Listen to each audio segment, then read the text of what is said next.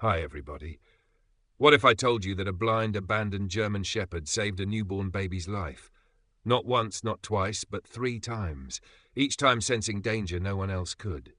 This is not a fairy tale. This is a true story about trust, instinct, and the invisible threads that bind us to those we're meant to protect. It begins one quiet night in a small suburb of Louisville, Kentucky, when the Morgan family woke up to a sound they almost ignored. A low, guttural growl coming from a dog they had nearly left behind. It was exactly 2:17 a.m. The world was still, silent, peaceful. But then came the growl, deep, raw, like it came from the earth itself. Then came the barking, not a single bark, not a playful yip, but a rapid, feral burst of sound that shattered the silence.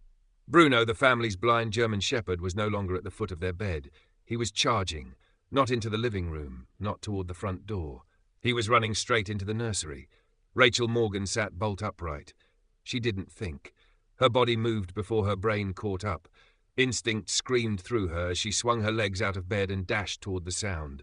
Her baby, Sophie, was in that room, just weeks old, fragile, tiny, sleeping in the crib beneath a yellow nightlight. But before Rachel could reach the nursery, she heard it. Bruno's claws skidding across the floor, the thud of 80 pounds of muscle slamming into something solid. Then, scraping, frantic, violent. Michael stumbled into the hallway, barefoot, eyes still fogged with sleep. "Bruno," he called out, "what the hell are you doing?" When they burst into the nursery, they saw something they would never forget. Bruno wasn't near Sophie. He wasn't sniffing the crib or growling at a window. He was attacking the wall behind the crib. The wallpaper Rachel had so lovingly picked out during her 3rd trimester was being shredded by bloodied claws. Wood cracked. Plaster dust floated like fog in the soft nightlight glow. Michael shouted, trying to pull the dog away. "He's gone nuts! Get him out of here!" But Bruno wouldn't stop. Couldn't stop. His body was shaking. His paws left streaks of red on the wall. And that's when they heard it. A hum.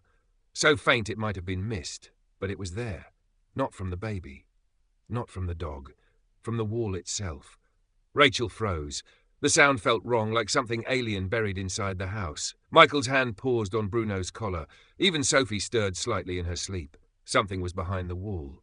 To understand the full weight of this moment, you have to know what came before. The heartbreak.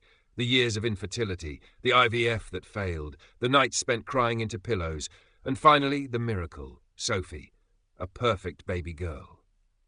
They had bought this old house, a 1950s blue clapboard fixer-upper, just before she arrived. It was all they could afford. It needed work, but it was theirs. The porch creaked, the roof sagged, but it held hope. And when Bruno came into their lives, that hope quietly expanded. They hadn't planned on adopting a dog, let alone one that was blind. Rachel had met him at the animal shelter while dropping off leftover baby blankets. He was silent, sitting in the corner, head tilted to every sound, eyes clouded white. The staff said he'd been a service dog, saved kids from a fire, lost his sight.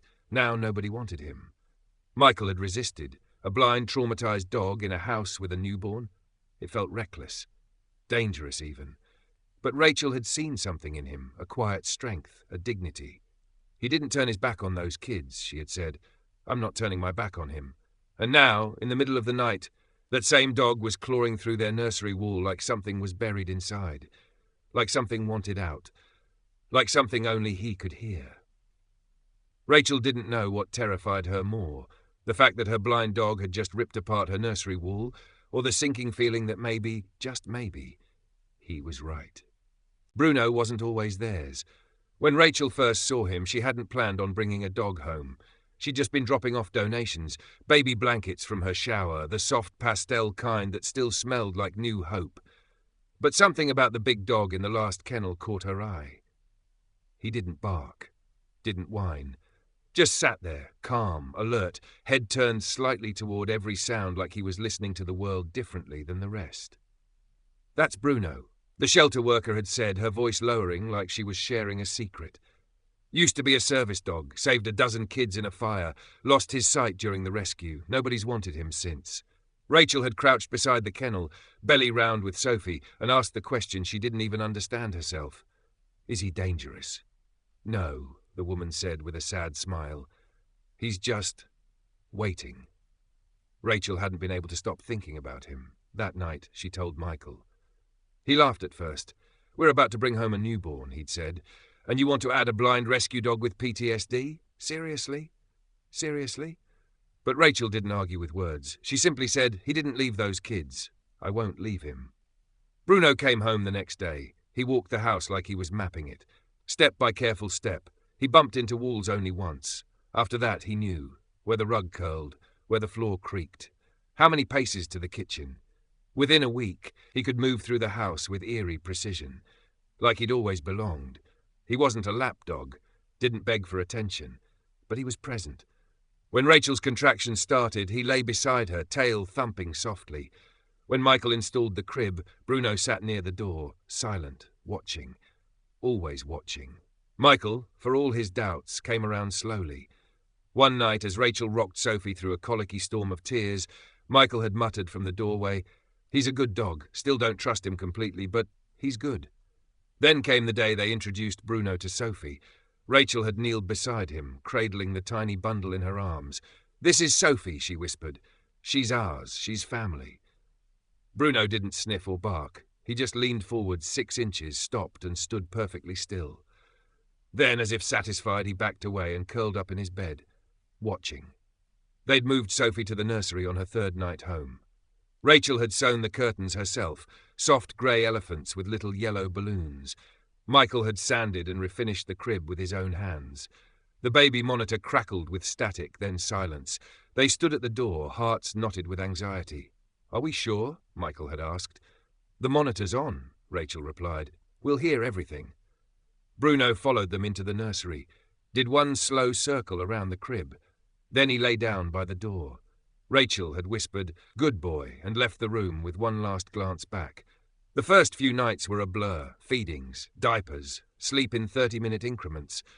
Rachel pacing the halls with Sophie against her chest, and always Bruno there, by the door, at the base of the stairs, near the crib.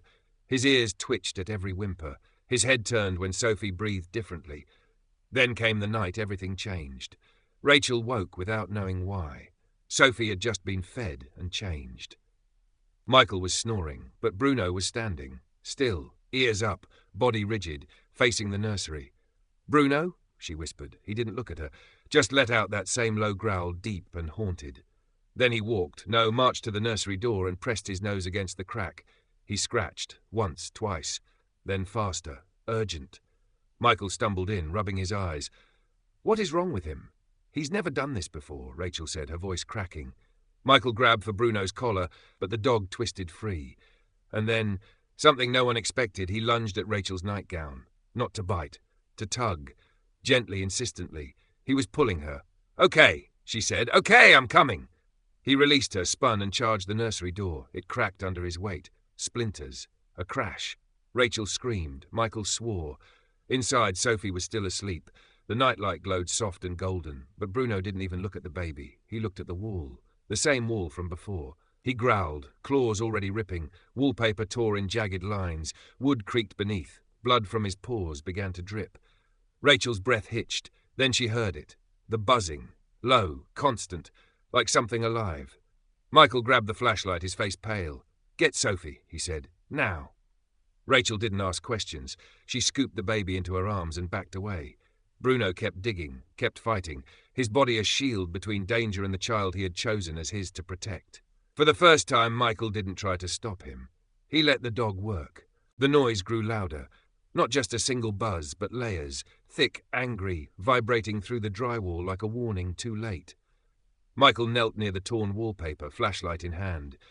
Bruno had backed up slightly, panting hard, his bloodied paws trembling, but his ears remained sharp, trained on the wall. "Easy, buddy," Michael said, voice low. "We got it now." He peeled back more of the wallpaper. The drywall beneath was cracked, bulging outward. Something shifted behind it. Something black. Michael jumped back. "Oh my God." "What is it?" Rachel asked, clutching Sophie tighter, her voice sharp with panic. Michael didn't answer immediately. He grabbed his phone. "I'm calling 911.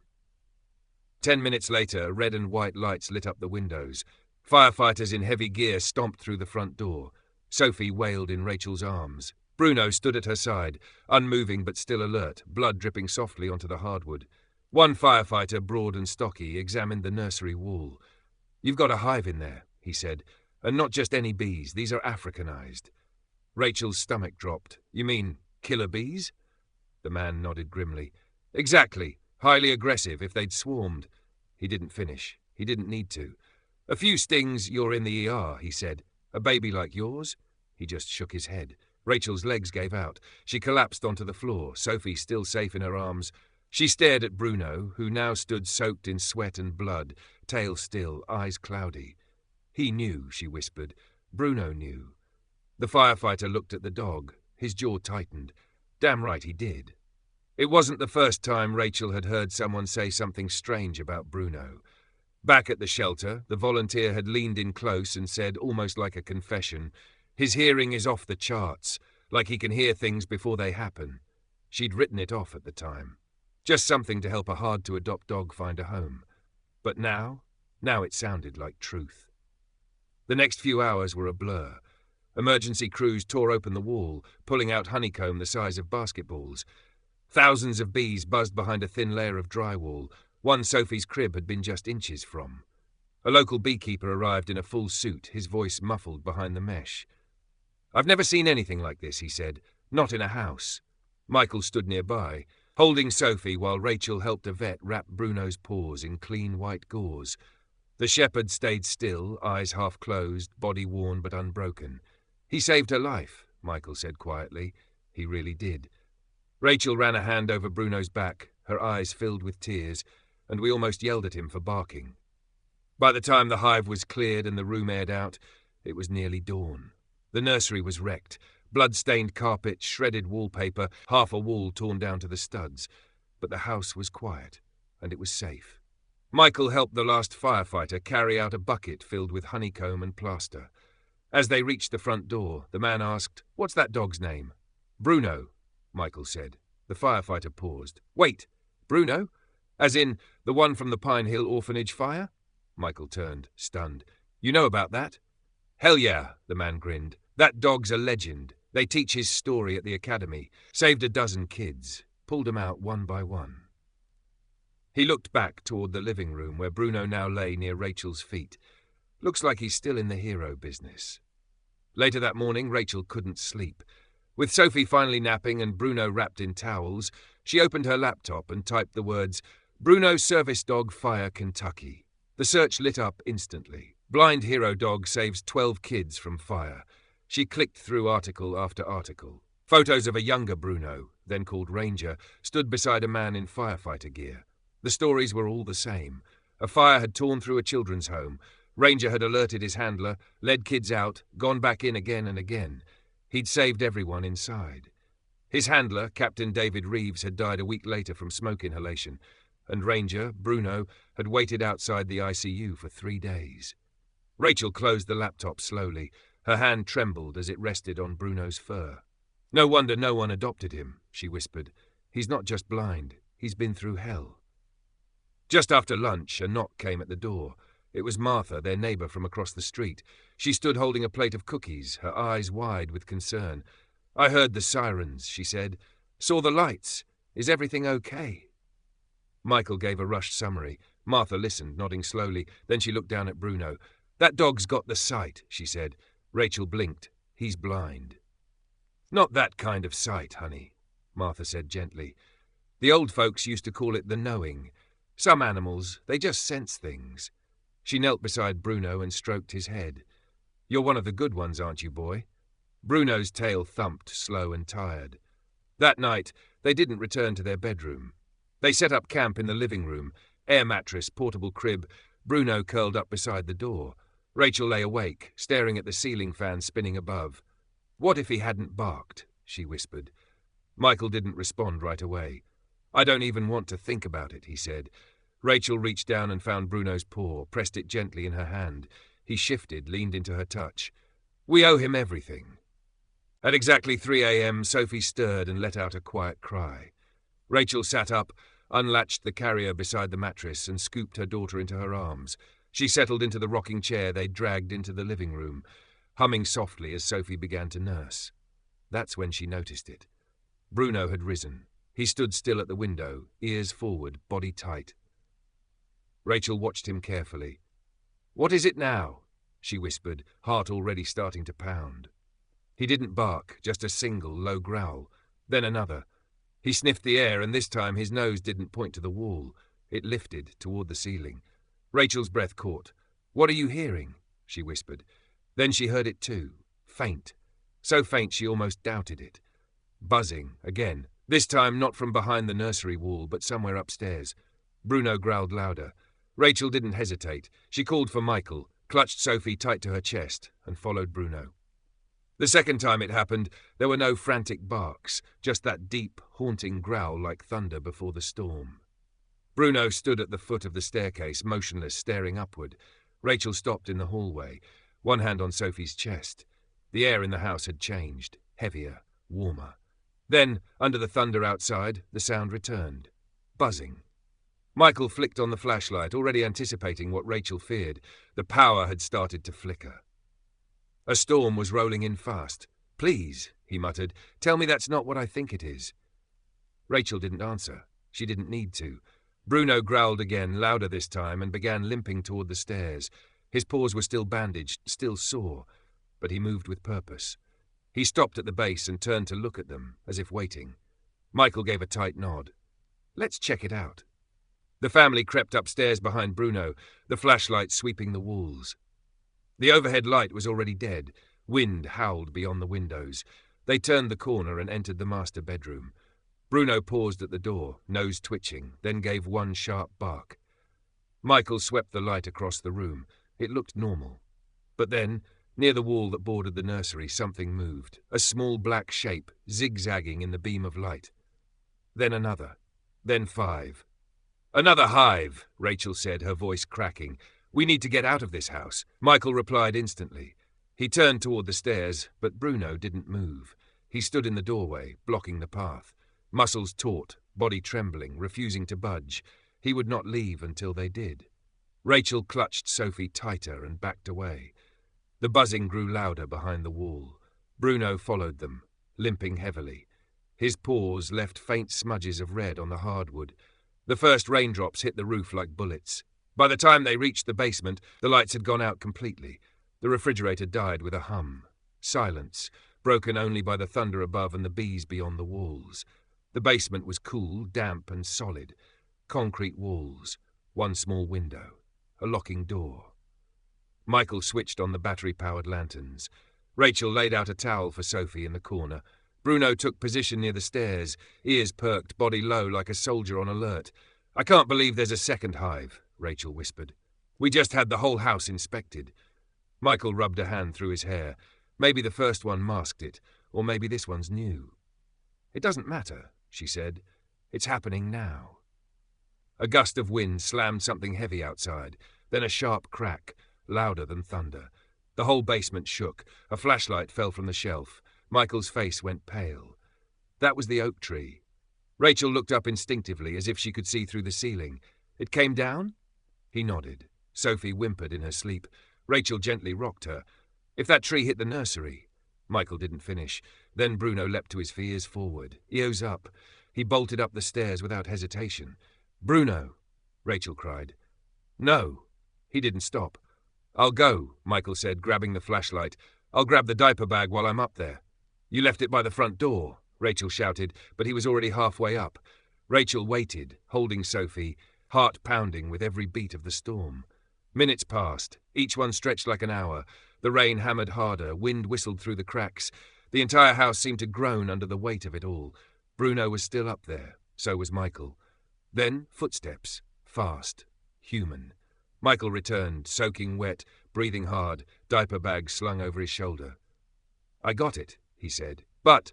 Rachel's eyes widened. "Bruno didn't come back with me. He kept trying to lead me toward the back of the house. Like he needed me to follow, like he was dragging me somewhere." Thunder cracked again, rattling the windows, then scratching, at the top of the basement stairs. Rachel rushed to open the door. Bruno stood there, soaked, muddy, wrapped paws bleeding again, but standing tall. He gave one sharp bark, then turned and padded up the hallway, stopping, looking back. "He wants us to follow," Rachel whispered. "No," Michael said. It's not safe. Rachel stared into Bruno's face, that same quiet strength, that knowing. I trust him, she said.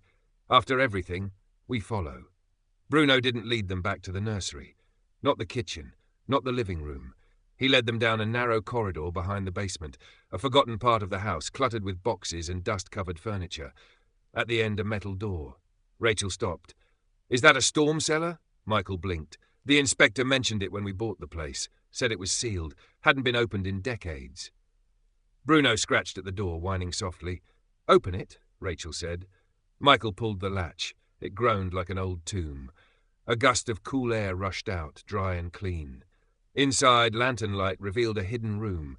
Reinforced concrete walls, shelves lined with water jugs and old supplies, a hand-crank air filtration system, even a small chemical toilet behind a curtain. Rachel stared. It's a survival bunker. Michael examined the filtration. These filters, they're designed to block airborne contaminants. Her voice caught. Bee venom? He nodded slowly. In theory, yes. Bruno limped to the far side of the shelter and collapsed on a rug. For the first time, his body relaxed. He brought us here, Rachel said, voice trembling, to the safest place in the whole house, the place we didn't even know existed. They settled in, the concrete walls muffling the storm above.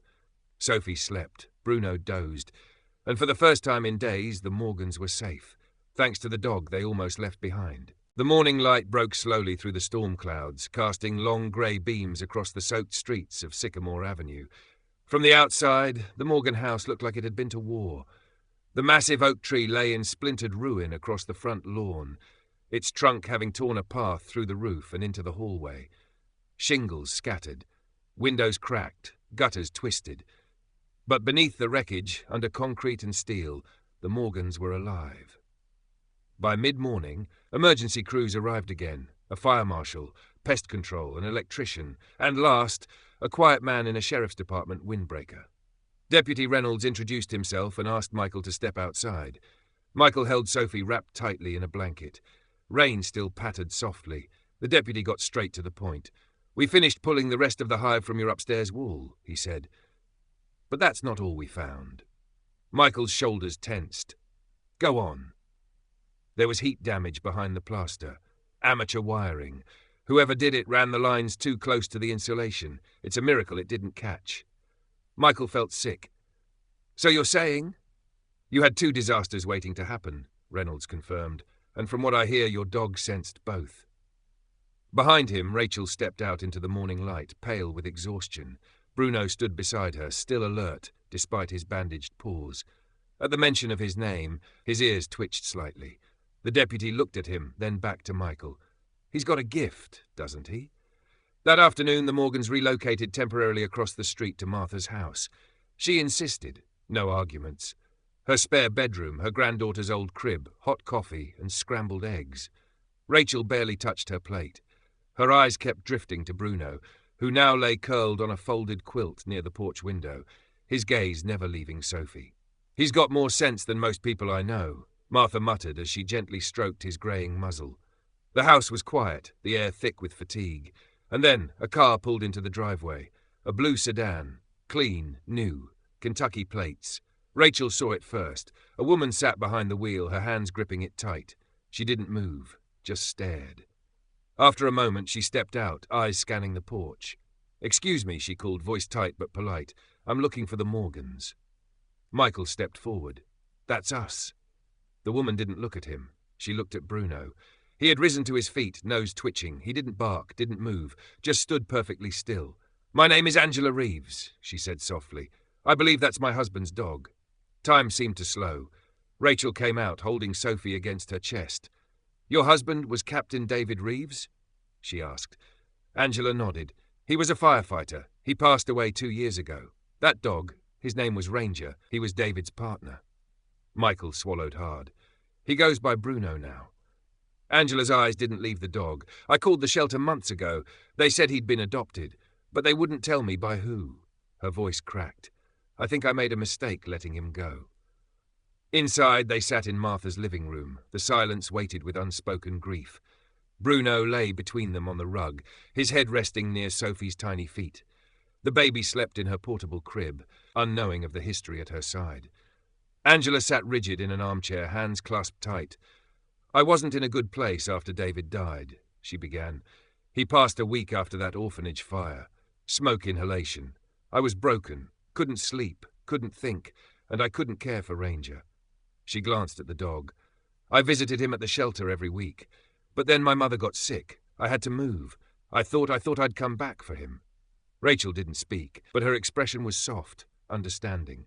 Angela reached into her purse and pulled out a small digital recorder. "This was in David's locker. After the funeral, his captain gave it to me. I never listened to it. Not until yesterday." She pressed play. David's voice filled the room, warm, calm, confident. "Hey, babe, just finished the school demo. Ranger did amazing. You should have seen the kids' faces. Even the non-verbal ones lit up. There's something about him. He just knows what people need." A pause. "I know we talked about having kids. I know you're scared, but I want you to know something. Ranger's got a gift. He's not just trained, he's connected. I added something to my will today. If something ever happens to me, I want him to go to a family with a child, one who really needs him. That's where he belongs." The recording clicked off. Angela's hands shook as she placed it on the coffee table. Rachel wiped her eyes. Michael stared at Bruno, who had now sat upright beside the crib, ears twitching gently at Sophie's stirrings. "I didn't come to take him away," Angela said at last. "I thought I did, but after seeing all this, seeing her, I realized David was right." She looked down at the rug. "He's not mine anymore. He belongs here." That evening, as golden light poured across Martha's porch, Rachel sat beside Bruno and brushed behind his ears. Angela stood quietly nearby, watching Sophie giggle as the dog's cool nose touched her tiny fingers. Michael stepped out with a tray of lemonade and handed Angela a glass. "He was your husband's dog," he said softly. "But now, he's our hero." Angela smiled through tears. "He's exactly where David wanted him to be." A silence settled between them, soft and reverent, and then Rachel whispered, "Sometimes I think God doesn't send angels, he sends dogs. For the first time since the fire, since the shelter, since the long, winding journey from grief to grace." Bruno sighed and closed his eyes. Because his work wasn't finished, but his purpose had finally been fulfilled. By the end of the week, Bruno had become a local legend. The story of the blind German shepherd who had saved baby Sophie not once, not twice, but 3 separate times swept through Kentucky like wildfire. The front page of the Lexington Herald-Leader carried his photo, a proud silhouette of Bruno lying beside Sophie's stroller, with the headline, "He couldn't see, but he saved her life 3 times." Local TV stations covered it. A segment aired on NPR. Firefighters visited the Morgans just to meet him. Strangers dropped off bags of treats and hand-drawn thank-you cards from children.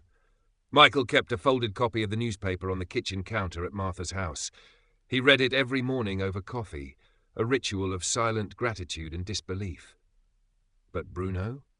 He didn't care about the attention. He never did. Despite the healing bandages on his paws and the creeping stiffness in his limbs, Bruno continued shadowing Rachel and Sophie from room to room. No barking, no begging, just quiet presence, watching, listening, always moving when they moved. Sometimes Rachel found herself speaking to him as if he were human. And somehow, in that gentle way only animals seem to understand, he made her feel like he truly heard her. By mid-April, the city announced something unprecedented.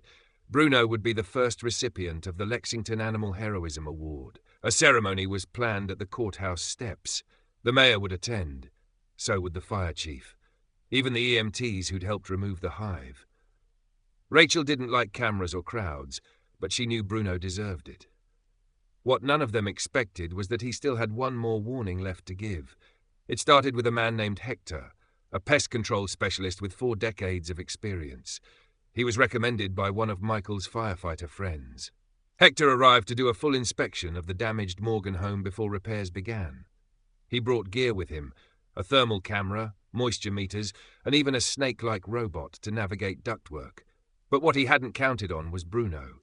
Freshly bandaged, slower than before, but still determined, Bruno followed Hector through every room, tail stiff, nose twitching. "He's not bothering you, is he?" Michael asked. "Nope," Hector replied without turning. "Feels like he's checking my work." Bruno paused longest near the back wall of the garage, one that bordered Sophie's temporary nursery. He sniffed, then sat, staring. Later that afternoon, Hector called them over, his face pale. "I didn't want to alarm you until I was sure," he said, holding up the thermal imaging. The screen showed hot pockets behind the wall, unnatural heat, spikes of energy where there shouldn't have been any. "This isn't just bad wiring," he said. "Someone bypassed the grounding system decades ago. Now, with storm-dampened insulation, that entire wall's a fire hazard waiting to happen. One spark, and you lose the whole side of the house." Rachel felt the floor shift under her. Bruno had found it again. A third hidden threat. That night after Sophie went to sleep, Rachel sat beside Bruno on Martha's porch. The breeze was warm and gentle, carrying the scent of spring. "You knew," she whispered, her hand resting on his head. "You always do." He didn't move, just exhaled, slow and calm. It was eerie how all the pieces came together. The first hive, the second during the storm, and now a wall of decaying wires no one had thought to check. 3 separate threats, all silent, all deadly, all discovered by a dog who couldn't see. The next morning, Michael's firefighter friend Rick dropped by. He brought a clipboard, a crew of electricians and news. "The original inspector? He cut corners," Rick said grimly. "That wiring should have been flagged. We're filing a complaint." Michael didn't care about the legal side. He looked across the street where Sophie was giggling on a blanket, Bruno resting beside her. "We're just lucky," he said. Rick shook his head. "You're not lucky. You're protected." Later that afternoon, the doorbell rang again. A delivery man stood holding a padded envelope. "From Frankfurt," he said. "State office." Rachel signed for it, then carefully opened the seal. Inside was a gold-trimmed certificate and a formal letter from the governor's office. Bruno had been named Honorary K9 First Responder of Kentucky. It was a title reserved for working dogs who demonstrated life-saving actions in the line of duty. Rachel's hands shook as she handed it to Michael. "This is for Sophie," she said. Michael looked at the certificate, then at Bruno. "It's also for him." The ceremony took place that Saturday at 11 a.m. The courthouse lawn overflowed with neighbors, city officials, and dozens of children holding hand-painted signs. "Thank you, Bruno. Heroes don't need eyes, just heart. Sophie's guardian." Angela Reeves came too. She wore a navy blazer and held a photo of her late husband, Captain David Reeves, against her chest. When she saw Bruno lying calmly beside Sophie's stroller, she knelt, kissed his head, and whispered something only he could hear. Rachel watched from a few feet away. Some bonds never break. When Bruno was called to the steps, the crowd erupted. Rachel walked beside him, leash in one hand, Sophie in the other. Michael followed, a steady presence at their backs. The mayor gave a short speech, but no one remembered what he said. They remembered Rachel kneeling beside Bruno, whispering, "We're here because of you." Then she turned to the crowd and said, "Some people think animals are less than human. I think Bruno is more." Applause thundered across the lawn. Bruno didn't flinch. He simply lay down, head between his paws like always, like a soldier done with duty, but never off watch.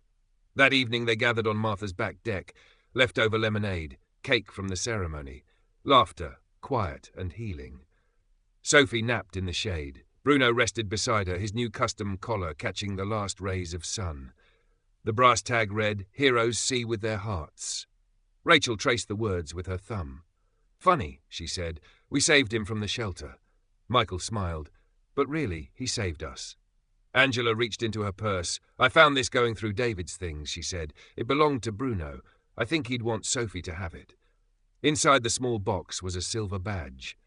Tarnished but still gleaming, engraved with 6 simple words, "Shut in service of those who cannot speak." Rachel's throat tightened. Angela looked at Bruno, then at Sophie.